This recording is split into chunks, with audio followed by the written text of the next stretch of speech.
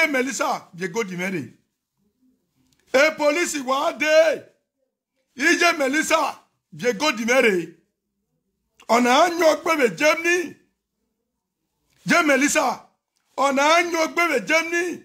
On a un qui nous cadeau. On a un qui nous cadeau, je Melissa. Uba va. Owe jeka webona. Una jiwara. Il me recorde Tony. Il est Nigeria ou Kamena tie. Veru ya jiwara e. Il m'a dit que recorde biere. Veru ya jiwara e. O se ni Tony na do mi owemo. Je Melissa, je go dinere. Je Melissa vie ma de do vie me gold. Owe boginye travel. Ge boginye gire wona. Mari tie bono de. Why on a tie pori popo awe ivie. On a tie vire Nigeria. Owe pa. Owe ebo ye Melissa. Owaro wiye. Bien de game picture gwe. Oro wiye ye Melissa what travel. Ge gire Germany. Ina we your high. Owo ge no. Owe awe bogwana. Owe bo wiye ma travel. Ye rarant. Epa wana do vie godiwe iano eyire na do tiebo iyi tiebo ebo hu ma mege ni yakpa owe ma mege ni yakpa en ware na we but to tama we mafia owe yes owe mafia ebo hu ye Germany ma record ni no ye ne iye Melissa we atawe mafia no ya to me boss no ya ra o me boss no ya gbe no ma wa ya fe gweme do woge no this one be ya gweme ya gwema. So we are going to court. Ye Melissa vie go di mari be na zona ma ima we picture we ladian ye Melissa no kin gold e gold ni ye Melissa kin odu ebia o we beje yoje ya dole e ye Melissa do gold ibia o je Melissa vie go di mari je Melissa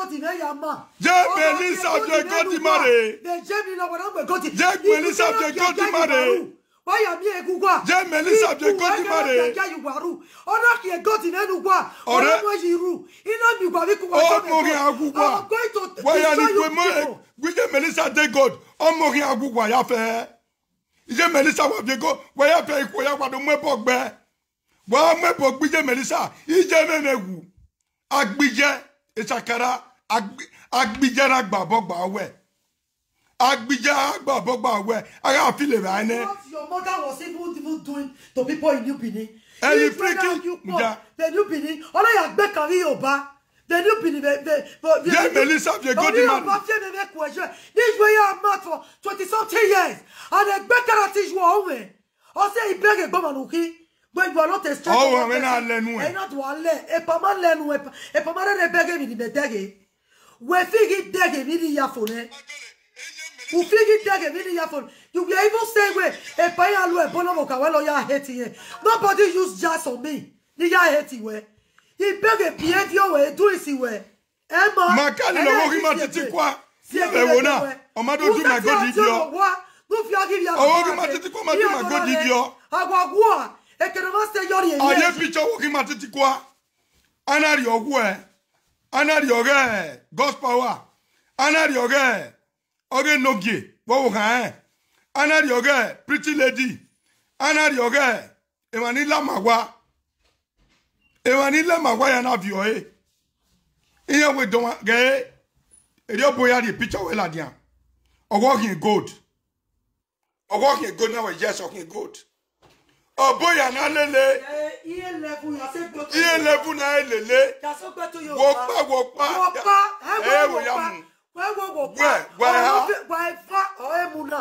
Wo ya mu. But am I being up? Eva, Opalaga, and not Palaga power. And warrior power, Lavama. Yes. A power Makaema. Power Makaema. Warrior power, Lavama. Young Melissa, be good today. Then he begin to have a Facebook now. What is waste you worry? You always reckon us worry. We have started is because of the election. We kept quiet. Hey, man, election for now. Young Melissa.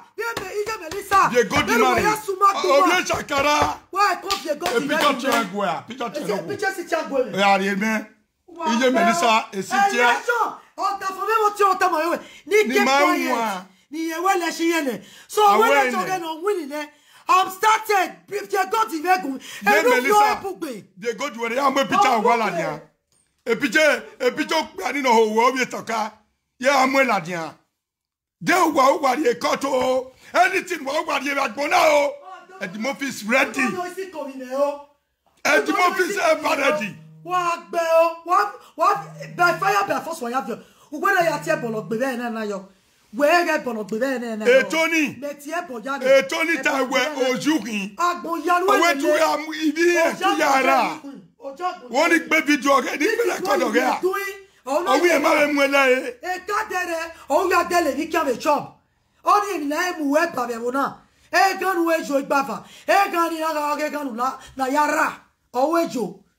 E gan na yara. Am we pa. You are a criminal. Diego dire.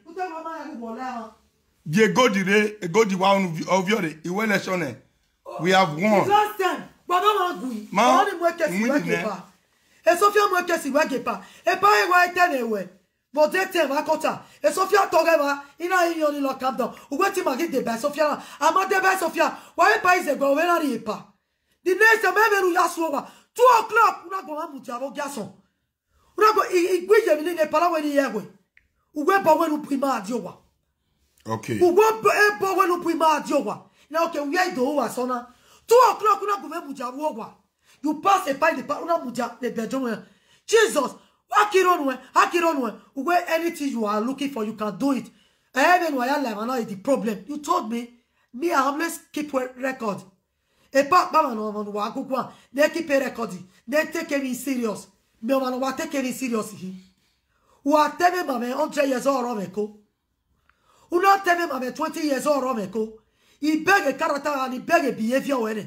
Ene kwa agbegbi. Ma ni toji garu dawe. Hello, that's you. You know the one. Ima ni toji garu dawe. Ike are jemina 17 years egbebe jem 17 years eke so adele go no ya muere. E go de 17 years do sege na. E ye no pa be yi se go dina. Last year I say go. Last 2 years I be popari yi se go. U be kere ya e kesi no kwa rugwemu. Oge go di se oge gu ne ma. Me gu wa boss on ne. Die go di e go di book belu vio e. A book belu vio e ma no gwa we na. A me to were ma just were ma na. A just were o gwa na.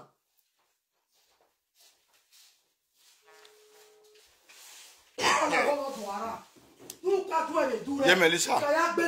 Ye Melissa vie go dire. Ije Melissa vie my godo. Ije Melissa no re kesika so vie my godo. Nuda efeti. Omo so kun egwe. Ije Melissa. Dogun enche faith. Won ti e. Hello my daughter. Hello. Hello. Oh yeah. Want you with the live video.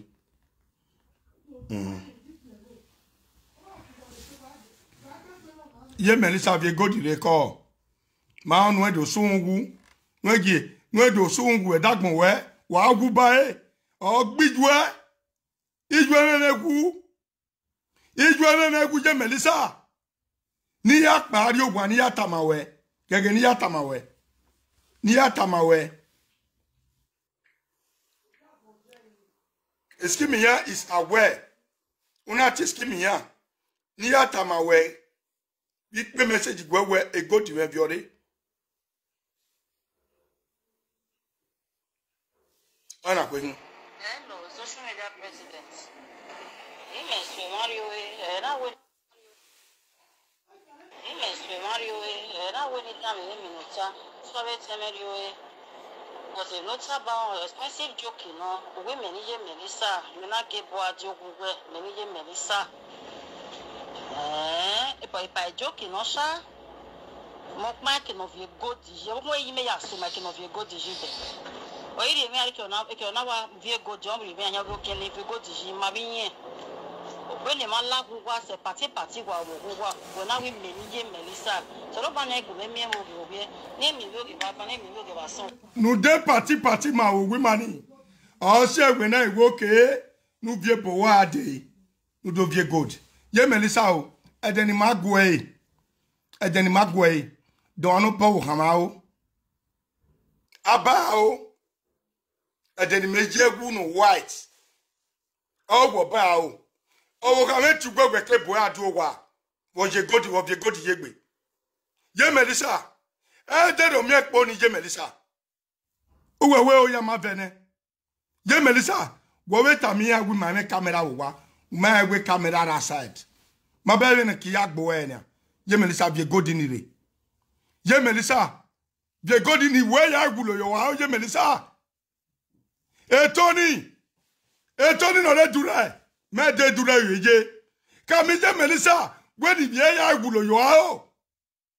We di vie ya gulo yo wa. Ye Melissa wa amwe okuta utae. Wa mu kuta ye we mi ekwe. Wona ji wo ara ni pe message ni a. Wona ji wo ara o to na ya mi omo. Iye na do ara be jeni. Je Melissa vie godire. Shakara we me guiju e. Jago to na we mare be derio. Jago to na we mare be derio. Wo. Eyi be ro godo je Melissa. Ugwa ku e family. Ocha una abasa o kame.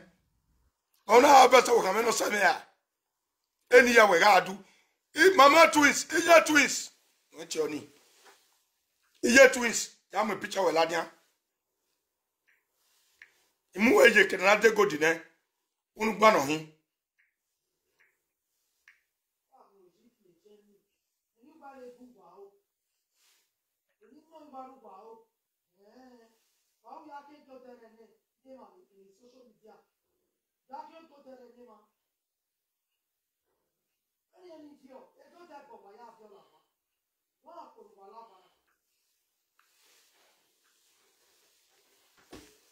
Mama twist no rese. Itiwe. De no bana se je onu na ye. Mama twist op like camion na ne. Ona ya mo bo picture yo. Wa ya fe Mama twins. E de no tie wo moto eti an aso wo kan e wonu dota. Yen wo se wa vibe back in ania. Wa mi wa ya fe wa collect one picture wa ya abie ya ladia. Ya abie ya ladia.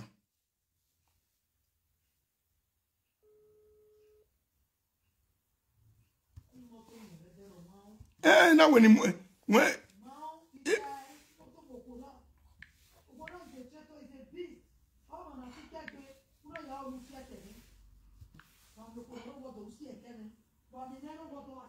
Mama twins we do wodo.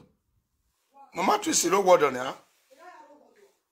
Oro wodo mama twins do. Mama twins do wodo yo mama onya we na tawa. Oni mi ma oni metawa. Mama twisi lo wodo. Obia no wi yo ba o. Obia no wi do wodo yi.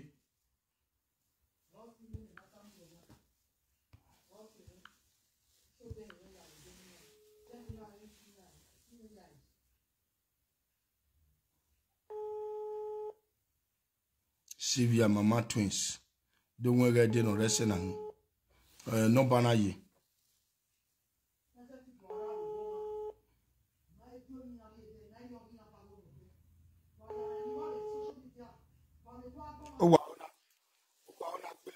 Gemini I said, una give boa de durame.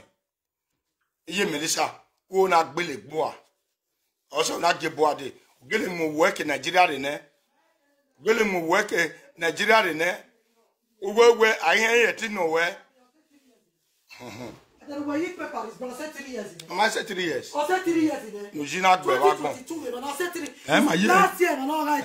Emma, you. What toge? Oge, Bian Wagon. Oge na. Then it was a Ozeko Pumema. Each one up the Nona. Shakara do I He said, Carata, this one, oh, or what you about it, the leverage in the weapon. But you know, after 30 years in Europe. But we were not your proper opioid. Saga, Agmons, Saga. Now, when of you go di marry. Ye Melissa vie my God.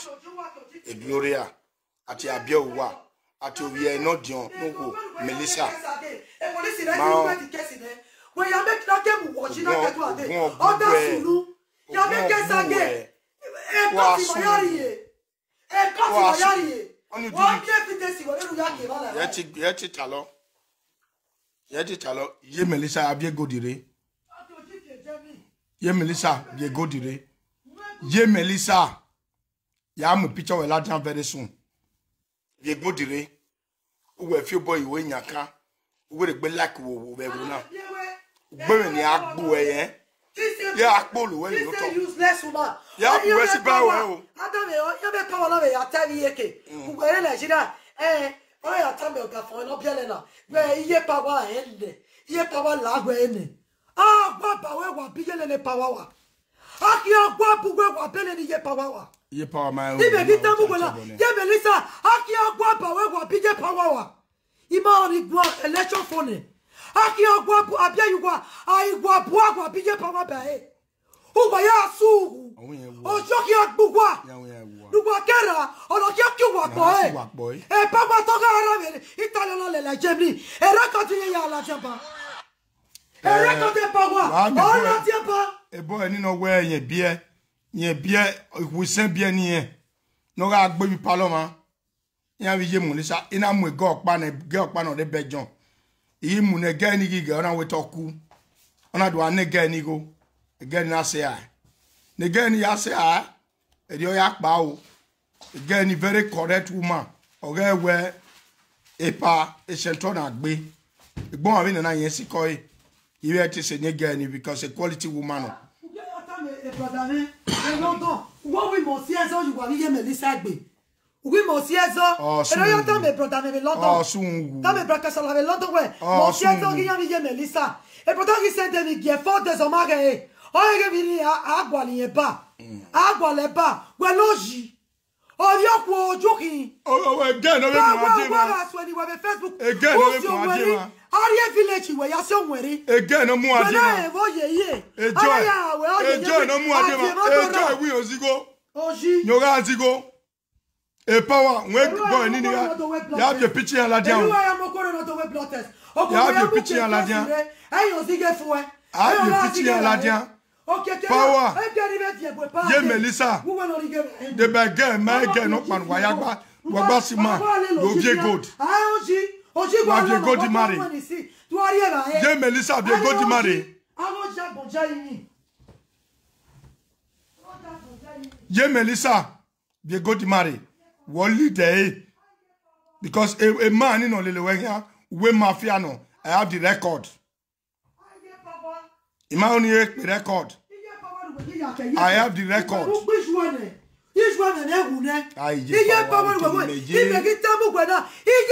is nothing. Ye power no magag bon marie. No jo vie qui a proper. Ya go bien en référence.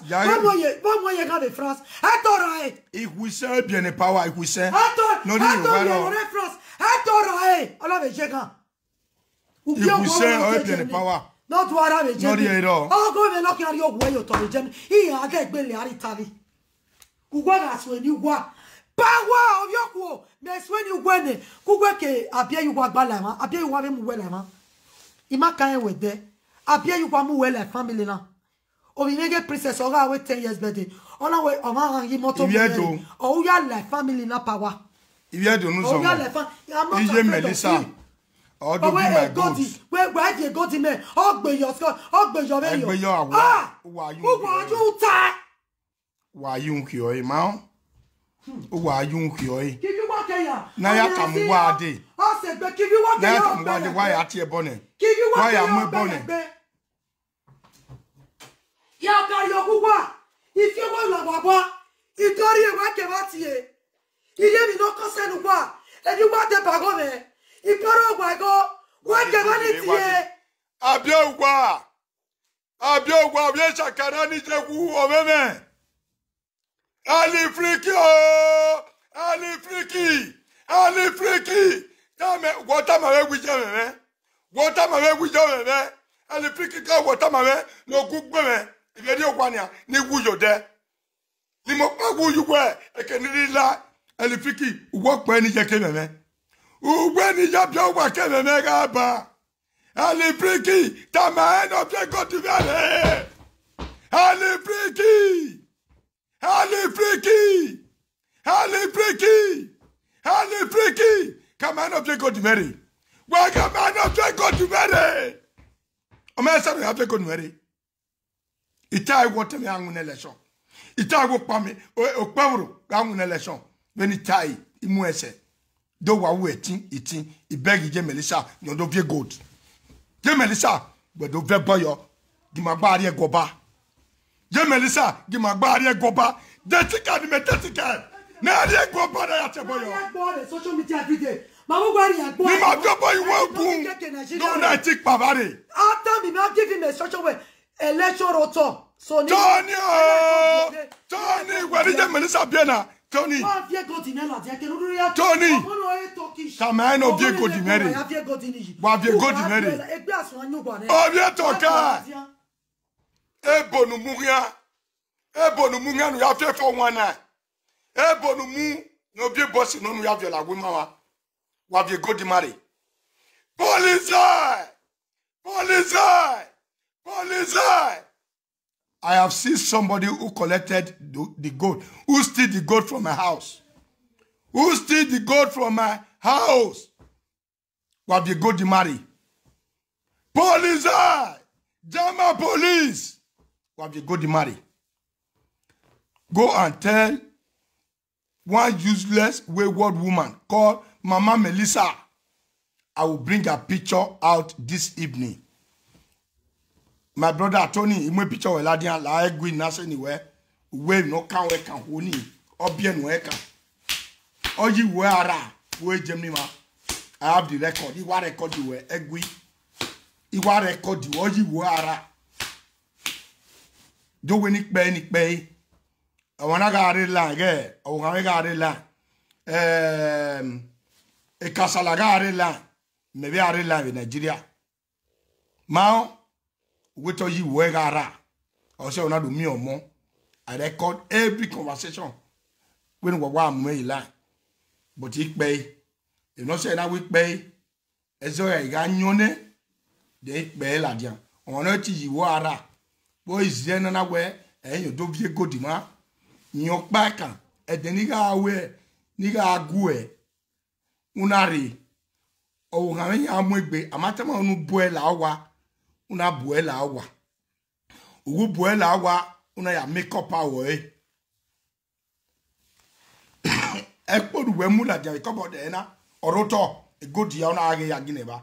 Se na owe ya kuye una mu ikobo. That is the reason. Gekpo me ma. Gekpo me. Gekpo ni ga. Ekinu to we kele la suite je. Gay. Ekinu to. Ekpo na ya mana ga aje ike pari Nigeria. Umayo bo kekpo. Una wa walk straight to my cupboard. Una walk straight. Ebela sucha we dogun. Ebela sucha we dogun. Una we to afin, una we to awu me. Una we me umwe chamela dia. Me na me we. Wo wa priority me. Wa finish me. U finish. Me me ya wo. Eni ya fefe ya revi. Me we dagbi me. U me ya wo. When no saka o ne. When o omana ge akepi ka o ne. When Tony ka o ne. O se Tony ya we. When no sa o ne. When o pani no de Holland. No Holland o wa o when Emmanuel we atita. Eskimi to when mu eskimi no mi ina eskimi okuna get as bi okuna ojuwe guy ojakaraga uguke gold also na do be gold o han ye Melissa be gold re ye Melissa be gold o han re ye Melissa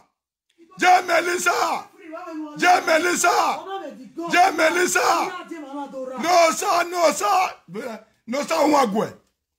No sa wagwe. Se no sa lesoa. No sa lesoa. No sa lesoa. O dek popo na sa popo na sa. Oza kpokpona sa. Ona vie beva. Ona ya gbetoni ginowa. Ebeva. Ebe no vivio adokwa wa. Ona vie beva ona betoni. Il y a le record. Mais non, il y a beaucoup de gens qui ont été oui, on a roulé chez police. On a roulé chez police. On a roulé chez police. Et bon, on va et bon, on vient à Djogouma. On doit y aller. On va violer les gars. Et bon, qui est non. Oui, ma bien, on Tony doit y aller. Et bon, va. Ne viens au camion, nous. So là, go. Nous, ou ni wen ya gulo yo wao. E monetoni bien nous que me va nous bien ma que nous que yare ni ya gulo yo wao. Je godi mari. Webo egbe. Wa me ne bogbe e. E bella, on a ata me bella. E bella ni ave o si ga gbede dio. Bella Porsche. O wa e ati e. O yo kan ni kawe lama. O yo kan ni lama. On a ata money we nyega yin anything no costing yawe. Ime me social media president. Nyega yo me na emu kamera dia. Bella na do tamo wo kan we. Dona tawiti ya asho wo kan we. Ya asho wo kan we. Emi o derivati vie. Den manare bejon. Magire bejon.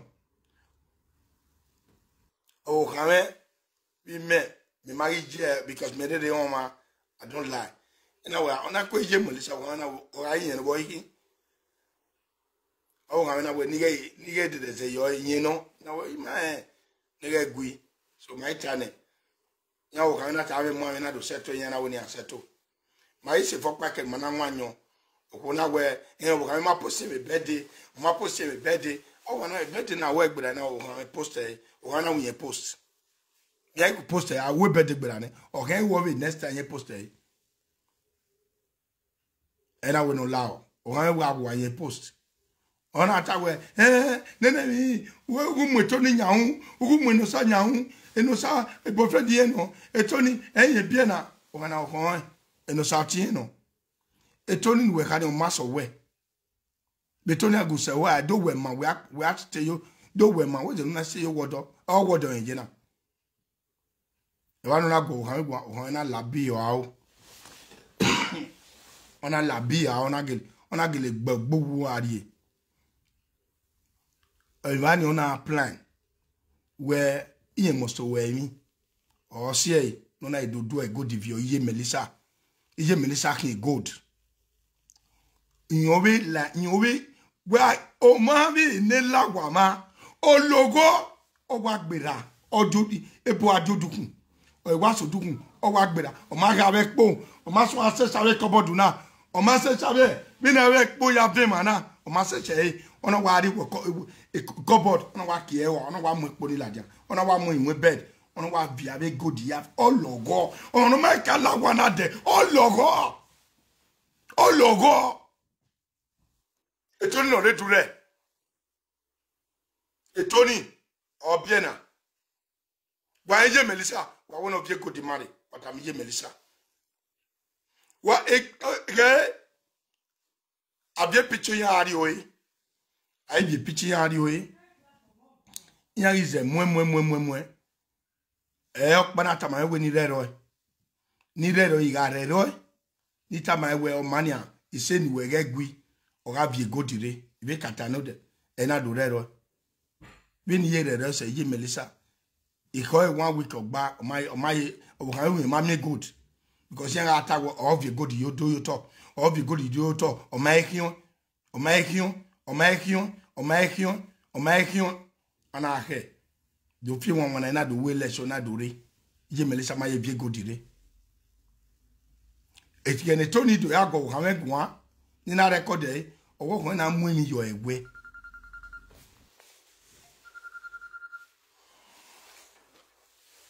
Hello, how are you? Good morning. I can see that Zenith Bank, there is no net in Zenith Bank. That's the reason I wanted to call it. Yeah. It's working now? Okay. Once it's true, please let me know. Thank you very much.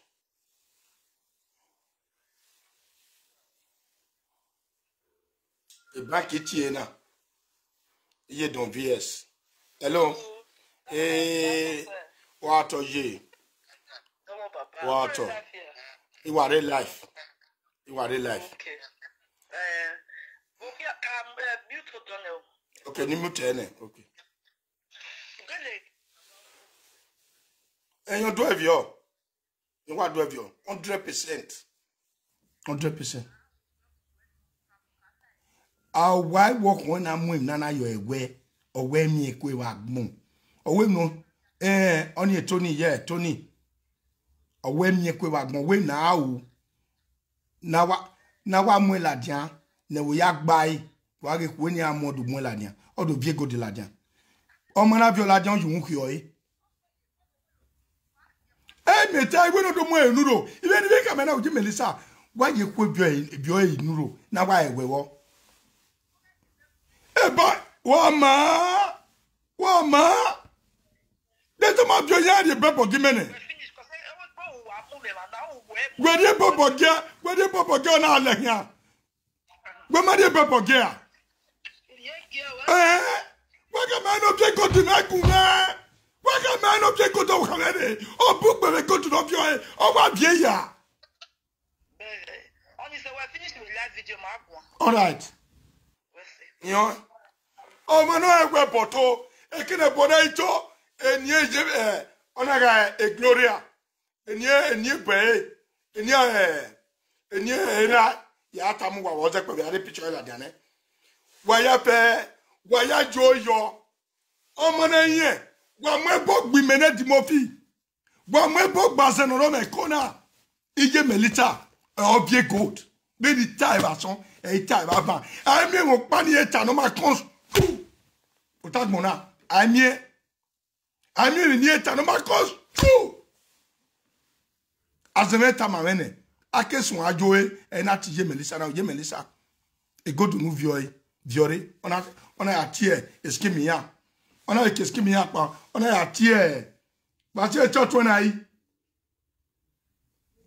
ona atie segede e na ta me segede yon viore so bokpa ni hijo na we ni rero e na gile rero ona o daddy ta ma we sorry na wo maseru sorry we when ya we mu to ona we yan me na o go dey have your day is e ka ma fi go dey na do gbe message gina we e o ka ma me good me bi good here wa wo gbagui utama e wo aso e bi moto iji bi ba ga riba iji bi ba no lesen iji bi ba na we ni e de ba we e mo ni ji bi ba bi e ya igulo yo a o e mo ni ji bi ba bi e o pe na o ko no e ya igulo yo a o don't magele tagwe I will show you will show my wife of your boy yawo na maybe owu moto wona ta wo ha me gbo na be bejon gogwe kiji die ba o ha me ina fi wa ke bejon ade owu moto no na ta wo aso me na wo gie no ma go gbe good na na so e den we wa go ya de good no kwa ni after the birthday everyone where I wa apply where na ya ti ebo na ya ti obi to ka no sun wu obi to ka no bu agbe na ya ti ewe la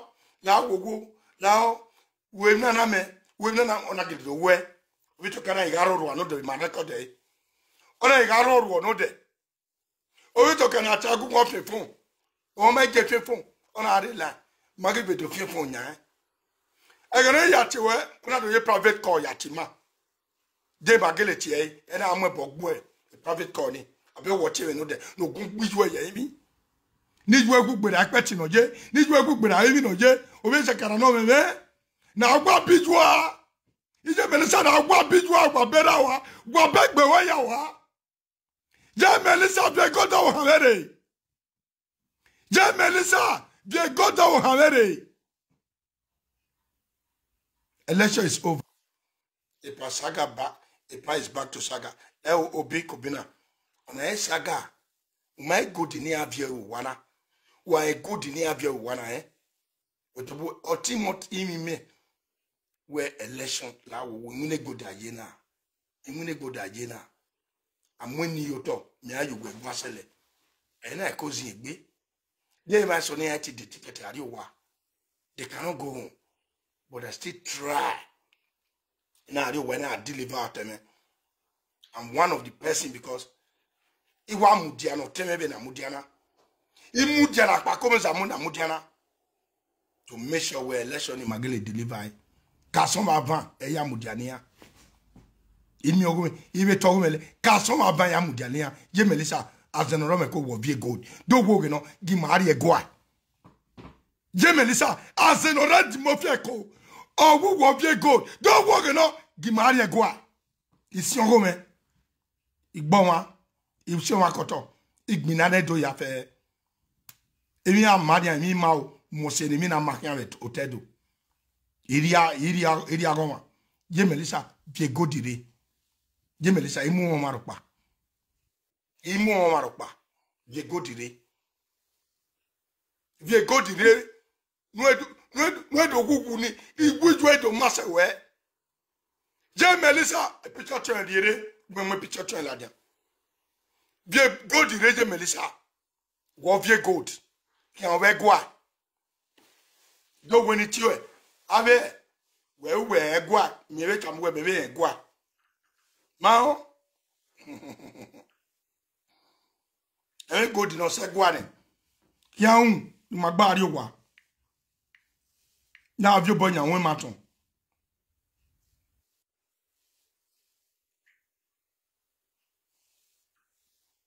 na avio bonya won maton me gua no bien ona mi ya pa wa a ti di mofi ma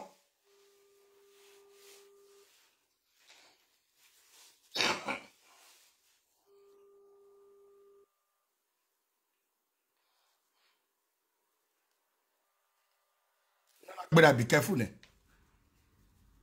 Hello.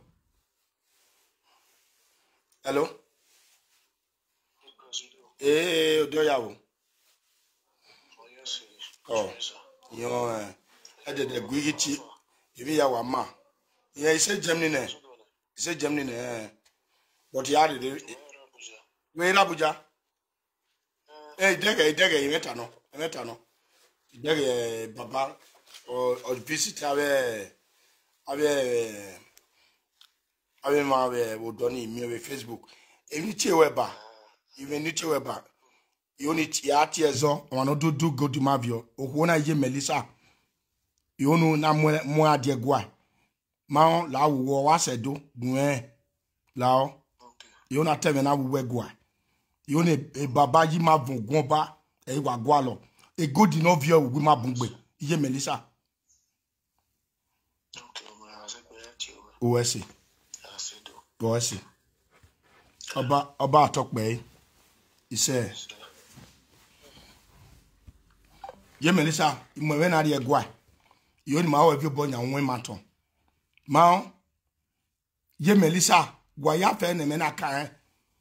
Ya miekwe igelewa igwegbe na o share ma ti defeat me. Imi we wason godo vie gold life and direct ikawa edene gold na so no where ikawa tie na wo gi Melissa wo vie gold yes or no scheme is aware ya tare ya mu ichuwe gi Melissa vie gold dire ite wo aviore wa do vio kwibaiwa ma onu viore kege ni ade gi Melissa ye Melissa vie gold ro sene.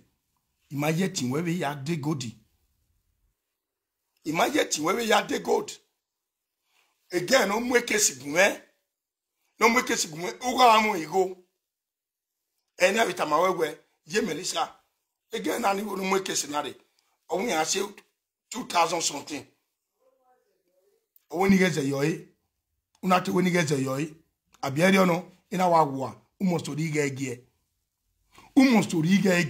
Unageledo nu yari ge una do amu e ma so no do mu ogwa obowe ugbe yayo ufiago wa wodo aja me cover ugbe OCS 5 umia 900 euro umia so 800 euro ugbe yayo yere do aso nous demain on a gagné mouladia Facebook et ya wini ado la diania okpa waro no rahen okpa no ro no vere geskese wonu wejeni ye Melissa vie go dimere ye Melissa Mathieu bo eno de ebo eno meme Mathieu eno de we no vie go ebo no wagi adima wa vie go dire e pichuwa fo lati wa e pichuwa ye Melissa chakara o vie chakara ro do dwe go dimevio no bien e toni be dure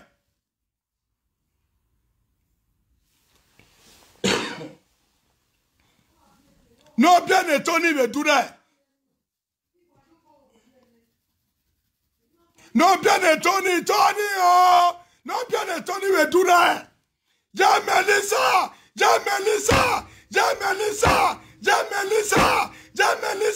e go to look at your go down how no biore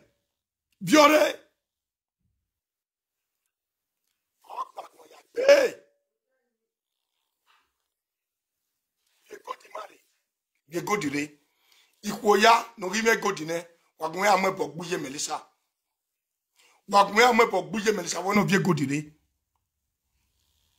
wagun ya mo gbuye Melissa ekene boyina to ya fe watie me igo wagun me I have the money if I am o ya mi go kwe ya ti levani honey away $1,000 ya we so fani ye Melissa vie go di marry imagine fiye Melissa de good ye Melissa mu la webo ye Melissa o ko no mu la webo gbe yo ugbe jo ye Melissa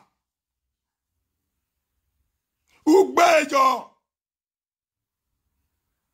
o e gba wo na ya fe o pe anu ma me bo wa o pe ize wa ke ge me ake ya mu picture eladian ge me o wo honey oni do avia wo wa me ma o ka se ti ma de ni na gbije be ge ni ina oku na o pe na ro o won ku wa gwe gwale small boy gwalo pe ave ni mo ku we kan pe o anu mo ku wa o weti mi ade bai o de ni na de bai o ma ga wuwe o ma wonu gwe dia wuwe wa o ma wonu gwe tuta wuwe o wa wuwe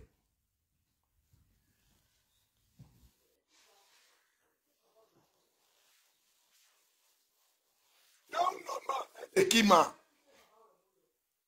No man, I the kima. Oh, see, I don't know how to wear. Oh, what am I party? Only we are taking a cover. I will party and I will have here. Yeah, now will have here. A picture no give over hand at the area or boo. A picture where and at the area of boo. A picture power at the area of boo. A picture pretty late and at the area of boo. A picture. Oki matiti kwane dana di adi ogobu. Mi a picture again again. Batie no kare nana anadi adi ogobu. A picture where 7 avia here. Emi meta awo bo ya fe 11 obo. Ya fe ta 11 plus 1. Ya ta where okunoki good. Okunoki good. I'm a picture well adian. And I will moge power by. Oh, who no pano by a babe. Bokia, wherever, only I have bad dumana. Wherever, Mamma, no nicking. But one in my love with my day.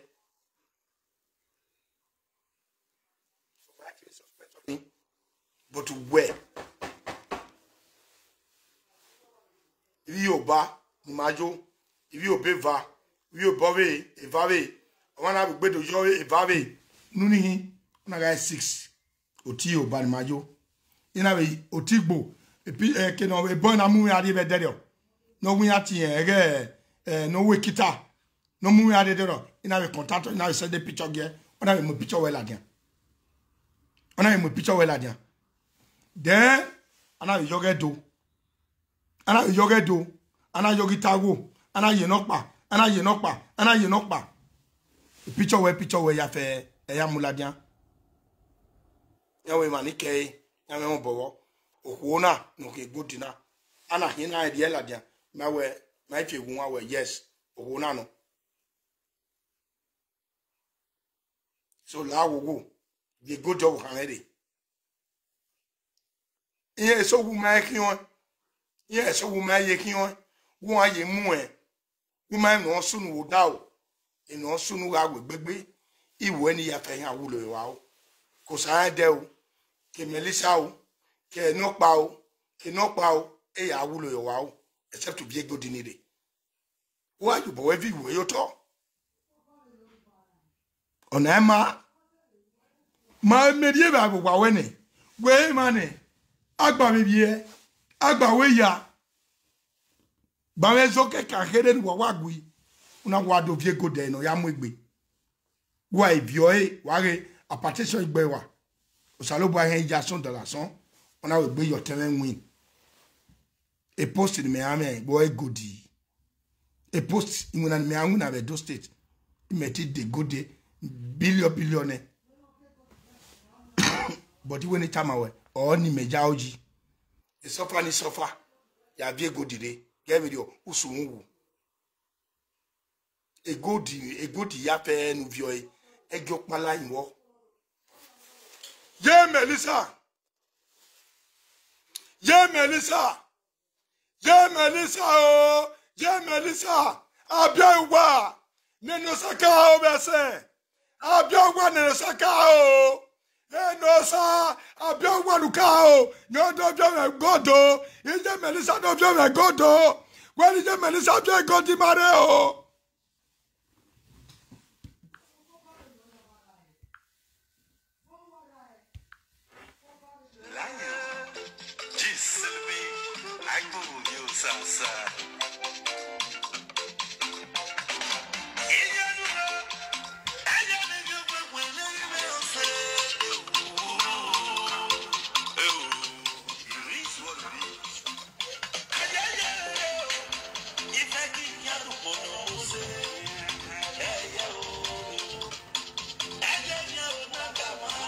Aja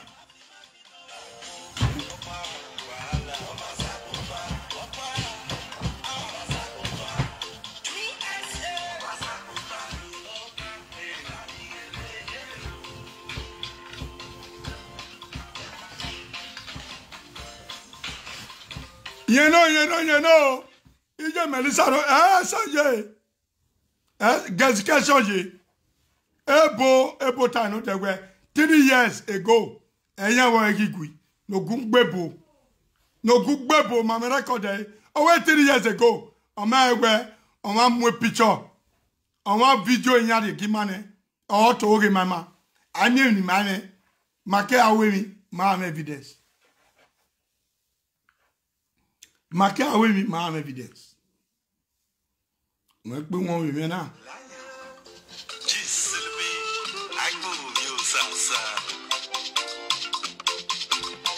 I just gonna.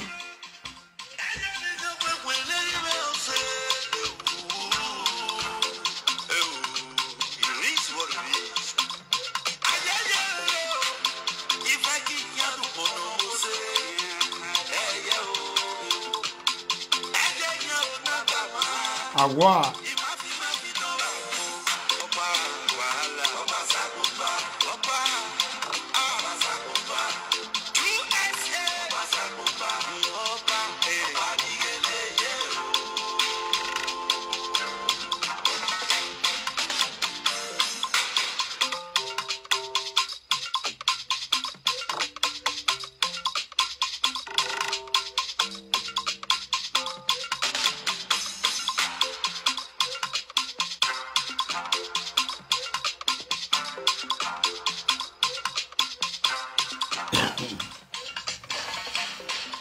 C'est les meilleurs d'avion à God de Melissa. Et j'ai Melissa bien God au Canada. J'ai Melissa. A bien Wanoji. Oji bole wa ou. Oji bole. Ole a bien wa. Ole oji bole. Ole a bien wa. Ole oji bole. Ole a bien wa. Ole j'ai Melissa. Ole oji. ogora gbiju na wo e chakara e ogora gbe chakara leyi je Melissa vie godire ogwo gbo na pe mi ni ara ni ara lagwana gbo gbagba wa e bare lu waya aya je silegbe station gbo ma mi dire lu baba inwini ne I adore for Nigeria. I adore for Nigeria. Ye Melissa vie godire. Ye Melissa vie godinire. E godu nu vie owo ma pologbe, obungbe. Vie godire ye Melissa. Emi ya no gweme, enwu no gweme, emi ya no gweme begbe. Iya dege we ne we yes. Before boke so ata me dege ene. Wokpa e ka wa accuse. Where a car accuse because you will be a good one. On be raw because you dig away camera going. You come a body with camera because we're Palama. Then we are Lama. When we are right, we are here. When we are right, I make your negro. Eki ofio to eti we eki kolu to eti we eki enye ameka to eti we inu wuri ase wa wo gwe epa media slow poison the spoiler ye Melissa vie godinere ogun ogbo a uwesun wo a wa go ulo kan le de lori a ye Melissa vie godinere Ye Melissa vie godinire. In was any is it 1 month? 1 month and some days. Imam was a picture of for last one. Ye Melissa vie godinire. A picture where for Latino. Ye Melissa. Oh, Ye Melissa. Oh, G. Oh. Nijagu, oh, Ijanene, oh, Ye Melissa, oh, Oji, oh, Oje God, oh. Ogwe ajunki ekuweke mo. Ogwe ajunki ekuweke mo. E God em na duvio. Ikwo do give God na otawebo. Wa kunwe amebo gbe Ye Melissa. Ye Melissa do me God divio. Ije Melissa do me go divio. Abia wa e Gloria. E Gloria na abia wa. Enira ya ite nira ma wa.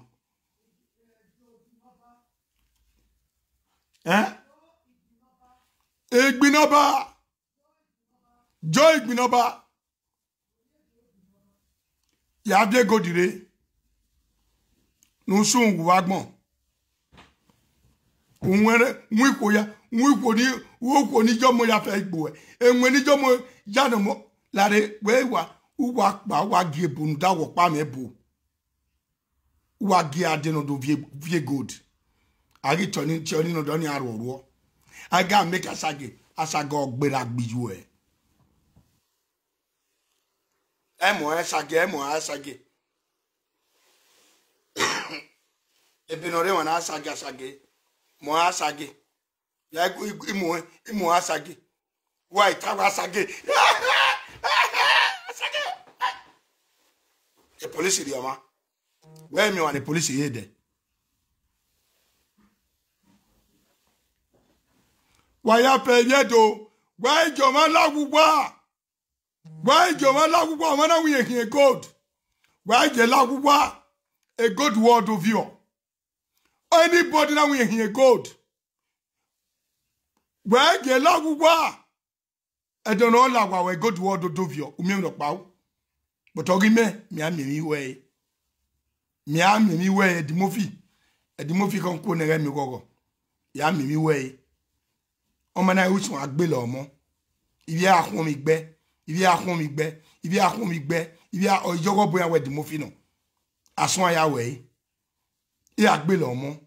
E ike gbeli senwo oko payo obo ni to bo ami ekwe iyen no gbeli omo egode di mofi egode isoken ni ya do viono egode isoken ni ya do viono e o ji bien wulo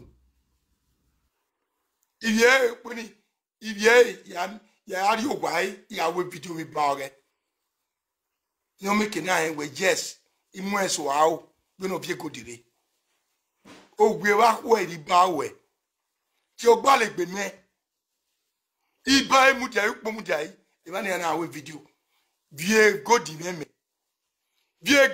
me eita ememe gbo ogwe ameme edimofi ememo times 20 no me do ma wu me avetem enwuni ne jari ije me say happy successful woman na me ogbe because we are second position in Edo State. Ateka ma muje me na be so after 8 years one we are first position in Edo State. Ijuwe o eme mo gbe ijuwe se me ona wu my we beria o una do do go divio wa ya we beria una do do go divio wa ya we beria je Melissa una do do go divio otun yaga awon o me ninemi keni no pa no wi o me ke ya je do vie picture ya la dia so ba we picture ya no go me ya congratulate ya o we le no pa ni ne o je Melissa je me so be kwa me chu we so no be kwa o wa ni tie nwa o wie kwa no ime wa tu we so nwa idogwo gwe dori obonya wogun oba nu ve una je me pa ba won ge mo edimofi wena je me pa ba iwe adode e adekpeti na am we uto o te godi ni wa ye vio eladia iwa ye bi godi ni ladia I weigh 20 million I weigh 200 million again afian buy a boy gboma am I ni go no say because of bungbe I ti reckon I will not calculate any e go na ya do I think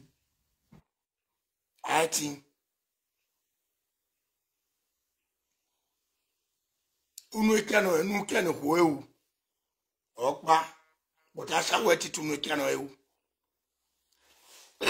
okunege oge titawe unu ekani ewu but asa wo eti tunu ekano ewu o is a kaseke so my titunu go na we e go dinihi na ya afia bari inwo udebo but wa biore ebe no yejina awa ko egwewenia in a picture with my fall latina awa ko egwewenia get video ibi Facebook ya fe no iwe me ya fe aga picture with ya on ti ubi go din ya de wa wuma u na we gwa kuwe ke power agari egwa ebonu wa egwo gbo ma be na wa mure ni ma ya fe bi oboyo ebonu wa egwo gbo ma be na wagima ya fe bi oboyo na bon egodo wo kan ma wi ebo agbime ogara mi wo gi ebo ajo wa me pe ne bo gbu e eduwa wa vonse ogodo wo ki mi amana do du e bi owo wi ma we ne bo gbime kun tore o gbime yimi akwe iyen pe ti mi but ogara wo gi ebo ajo wi ma do du ogodo wo kan bi o we ne bo gbo egbo omo ti e yo video uti e yo video ge punu jogun ba ya we polo isi where you go I'm going to buy my ticket iti we go one day ogun ba ma han ben ogun ba han view boy na ben wa ya pe no involve ma o go di my issue na ma work politics na ma win ni but yet we because of politics we are oppressive we enu da want to na win Ote we win for the good of Edo. Ado dole do yi. Ne do amano. Anybody know me aje any oppressive way.